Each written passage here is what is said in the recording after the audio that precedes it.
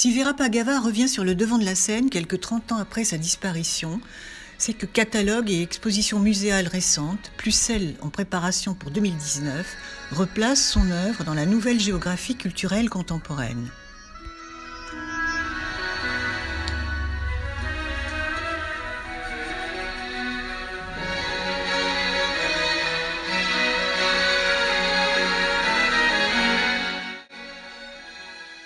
Guerre, chaos, exil, elle traversa toutes les secousses du siècle, fuyant la Géorgie qui, après la domination russe, voit la fin de sa jeune république démocratique en 1921, direction Berlin, enfin Paris en 1923, avant que l'histoire ne se répète avec la Seconde Guerre.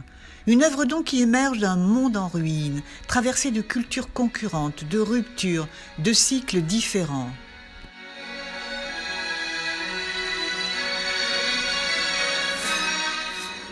On savoure le bonheur d'être au bon endroit, au bon moment.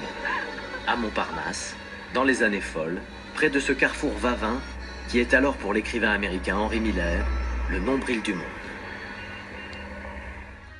Quelque peu incomprise par ses amis connus dès 1932 à l'Académie Ranson, comme Jean Berthold, Jean Lemoyle ou Roger Bissière, elle sut se détacher de toute représentation pour un monde de formes, créé par la couleur et la lumière, faisant sien des préceptes bien que contradictoires, à la fois de Roger Bissière, Kandinsky et Paul Klee.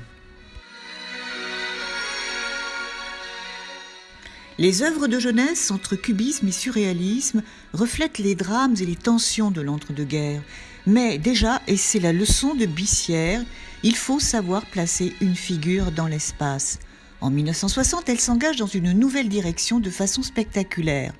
Elle ne se sent plus liée à l'objet, mais à la lumière qui construit les formes, l'économie des couleurs, la richesse des glacis appris dans les années 30 auprès de Nicolas Vaquer, alors massier à l'Académie Ranson, qui avait quitté l'Ukraine à l'arrivée des bolcheviks. Dès lors, ces triangles, cercles semblent un apesanteur comme retenus dans des équilibres fragiles, avec une illusion de mouvement créée par le contraste de deux couleurs, la justesse des valeurs et la transparence.